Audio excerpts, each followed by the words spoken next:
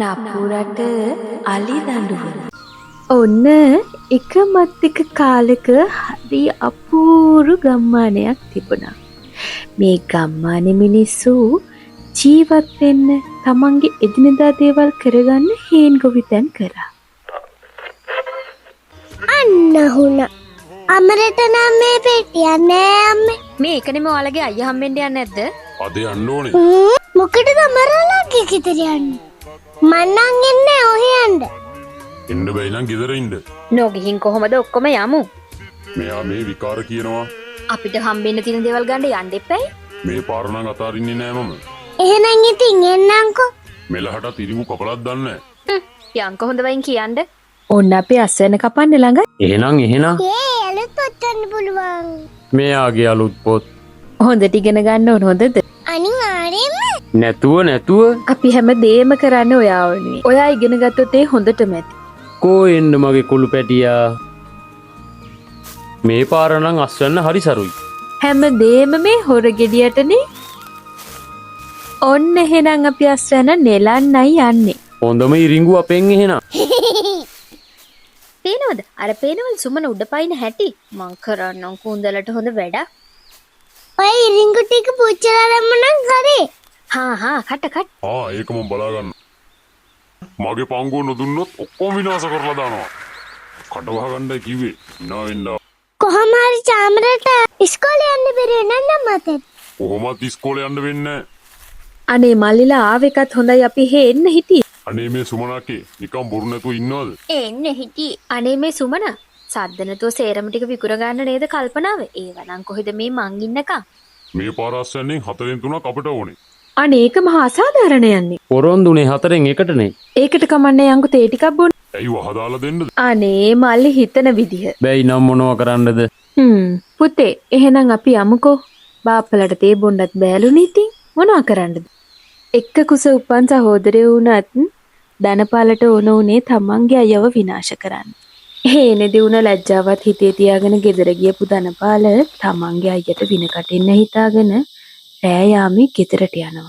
මගේ දේවල් නැති කරන්නනේ හැදුවේ. දැන් බලමුකෝ. සහෝදරයෙක්ට මෙච්චර වෛර කරන්න අනේ මන්දා. ධනපාල තමන්ගේ අයියගේ කරත්තේ එනබුරුල් කරා. වෙන්න යන මහ විපත ගැන නොදන්න ගුණපාල එයාගේ ලස්සන දවස පටන් ගත්තා. හැම දෙයක්ම දැක්ක හඳයක් කලබලින් කෑ ගහන්න පටන්. මේ සතට අද මොනව වෙලාද කවදාවත් නැතුව. හඳයා මෙහෙද? අනේ ඉතින් සතෙක් වුණත් හඳයට ඕනුනේ තමන්ගේ ස්වාමියාගේ ජීවිතේ බේරගන්න.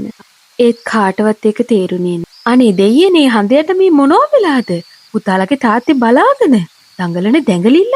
හැටි වැටෙනකම්ම දඟලලා හඳයා කියන්න හැදුව අද මේ ගමනේ යන්න ඕනේ නෑ කියලා. ආන්න එහෙම. හොඳ පුතා. අවසානයේදී හඳයා උත්සාහය ඇතෑරියා. මාගේ හොඳ පුතා. හඳව ඉක්මනට යමු. එළි වෙනකොට ආපහු එන්නත් එපා. යමම් පුතා යමම්.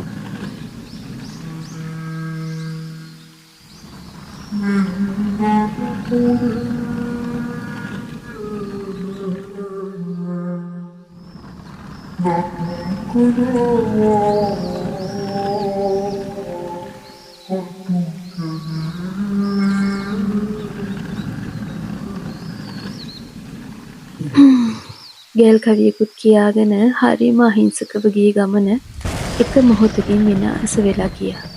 සුමනවයි අහිංසක දරුවවයි තනි කරලා ගුණපාලේ යන්නම ගිහිල්ලා. අනේ මගේ පුතේ අපි තාත්තවයි කවද දකින්නද? මට නම් ඉන්න බෑ. අනන්ද පාම්මා ඔය කඳුල මට දෙන්න. මං කැමති නෑ අම්මගේ මුණ කැත වෙනවට. ඔයාට මම ඉන්නවනේ. අනන්ද පා මං එයාව බලා ගන්නම්. සුමන හරි උත්සාහවන්තයි. ගුණපාල නැති වුණත් පුතාවත් එක් කරගෙන හැම දෙයක්ම ආයෙ පටන් ගත්තා. මෙන්න මේකත් එයි. ඔව්ම නේන්නම්. සුමන තමන්ගේ හිතේ හයියෙන් වැඩ කරන ගමන් කැලේ සතුන්වත් අමතක කරේ නෑ. අර තරුව ලස්සනයි. ඔයා වගේම ලස්සන තරුවා. ඇත්තමද? ඒක නෙමෙයි මං සින්දුවක් කියන්නද? මගේ පුතා ආසයිනේ අහන්න. පුන්සඳ රැට ඇවිදින් හේනේ කලුව බීඳ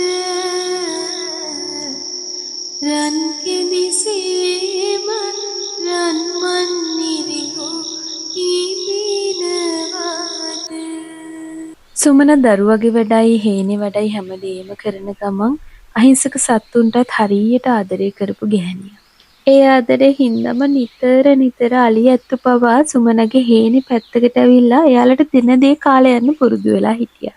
ඒ නිසා කවදාවත් සත්තුන්ගෙන් හේනට කරදරයක් නම් උනේ නෑ. අද පොයනේ දර වැඩේ හරිද?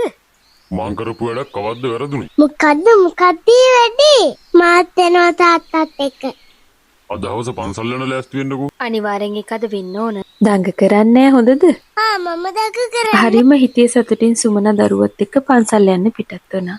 ඉතින් මේ සාර පොය දවසේ ධනපාල තවත් මහා විනාශයක් කරන්නයි හදන්නේ. මුළු ගමම පන්සල් ගිහිල්ලා. දැන් තමයි වෙලාව. පුතේ ඔයා සද්ද නොකර මාත් එක්ක ඉන්න. දැන් ගිහිල්ලා ඔයාලත් ලෑස්ති වෙන්න. හරි එහෙනම් අපි දෙන්න යනවා. ඔයා ඉක්මනට එන්න. කරදරයක් ඉවරුණා. මේකෙන් පස්සේ බලමුකෝ ඔළුව උස්සන හැටි. අනේ දෙයියනේ කොමඩු ගෙඩිය ඇතුළට හක්ක පටස් පුරවලා ඒක හේනෙන් තියලා සුමනව ඒ වරදට පටලවන්නයි ධනපාලට ඕනෝනේ. මොකද සත්තු පවා සුමනට දක්වන කරුණාව ධනපාලට වහ කදුරු වුණා. අලියත්තුන්ට හක්ක පටස් තියලා නැවතුන් නැති මේ ධනපාල තමන්ගේ හිටපු හොඳම කිරියල දෙනවල එහාගෙන සුමනගේ හේන පැත්තට යනවා. රත්ති පුළුවන් තරමක් කාලා ඉතුරු ටික වනසලා දාන තරමටම හොඳයි. මෙහෙම කෑමක් ආයේ හම්බෙන්නේ නැහැ. මේ තමයි අන්තිම කෑම. අනේ ඉතින් දැන හෝ නොදැන ධනපාල රත්තිට අන්තිම කෑමක් දීලා සුදුවට ඇඳගෙන පන්සල් යනවා. රත්තිගේ අවාසනාවට මේ වෙනකොටත් අලියත්තු කිසි කෙනෙක් මෙතෙන්ට ඇවිත් තිබ්බේ නැහැ. අනේ අවාසනාවක මහත රත්ති එතනම මැරිලා ඇදගෙන වැටෙනවා. පෞකාර සිතුවිලි හින්දා අහිංසකයෙක් ජීවිතයෙන් මන්දික වෙනවා. මේ දවස්වල දැකලත් ඇති මම දැක්ක තරුණ වාහනවලත් ගහගෙන ඉන්නවා. මොකක්ද? රචින්තිතම්පි භවතින චින්තිතම්පි විනස්සති. ඇයි එහෙම කියන්නේ? මේ ලෝකේ අපි හිතන දේ වෙන්නේ නැහැ. මේකේ වෙන දේ හිතා ගන්නත් බෑ. පුළුවන්. එහෙම ජීවිතයක මොකක්ද ගොඩනගන්න තියෙන ස්ථාවර ප්‍රතිරූපය? හිතන දේ වෙන්නේ නැති වෙන දේ හිතා ගන්න බැරි මේ ජීවිතය තුළ ඇයි පව් අකුසල් කරන්නේ? අර කතාවක් තියෙනවනේ කළකම් පළ දෙනවා කියලා. ඉතින් ධනපාලට සිද්ධ වුණෙත් ඒකම. හැමදාම රැට සුමනගේ හේනට ඉරිඟු කන්නේ නාලියත්තු ටික එදා රෑ ධනපාලගේ මුළු ගේම සමතලා කරා. ඉතින් නිකන් නෙමෙයිනේ කියන්නේ සෝබාදහම රකින්න මිනිස්සුන්ව සෝබාදහමින්ම ආරක්ෂා කරනවා කියලා. තමන්ට මහා විනාශයක් කරන්න හදපු මිනිස්සෙක් වුණත් ධනපාල කුසුම මේ ආරංචිය ලැබිච්ච ගමන් කඩිමුඩිය ඒ පැත්තට දිව්වා. අයිරේ හිතේ පුරවගෙන අනිත් අයගේ දේවල් නැති කරන්න ගියපු ධනපාලට එයාට තිබුණ හොඳම දේවල් නැති වෙලා ඉවරයි. අන්තිමට ඉතුරුනේ ඇඳගෙන හිටපු ඇඳුම විතරයි. නංගි මේ මං ආරංචි වුණ ගමන් ආවේ. දැන් ඉතින් මටයි ඇඬුවා. නැගිටින්නකෝ. හැමදේම හරියයි. අපි යමු අපේ ගෙදර. අනේ අක්කේ අපේ සමාවෙන්නක්කේ. චූටි පුතේ ඔන්න අද ඉඳන් මේක තමයි ඔයාගේ ගෙදර. අයියත් එක්ක සතුටින් ඉන්න ඕන හොඳද? ආනංගි මේක බොන්නකො මහන්සිත් ඇතිනේ. මල්ලි ගන්න. අක්කට අපි හින්ද කරදරයි නේද? මගේ පුතත් බීලා සෙල්ලම් කරන්න යන්න. හැමෝටම තමන්ගේ වැරදි තේරුම් ගියා. සුමන හරීම ආදරණීය ගැහණියක් විදිහට තමන්ගේ සහෝදරයන්ට සැලකුවා. කතාවක් තියෙනවනේ වැරදි කිරීම මනුස්ස ගතියක් සමාව දීම දේව ගතියක් කියලා. අවසානයේදී නපුරු හිතකට අලියැත්තු ටිකක් හොඳ පාඩමක් ඉගෙනුවා.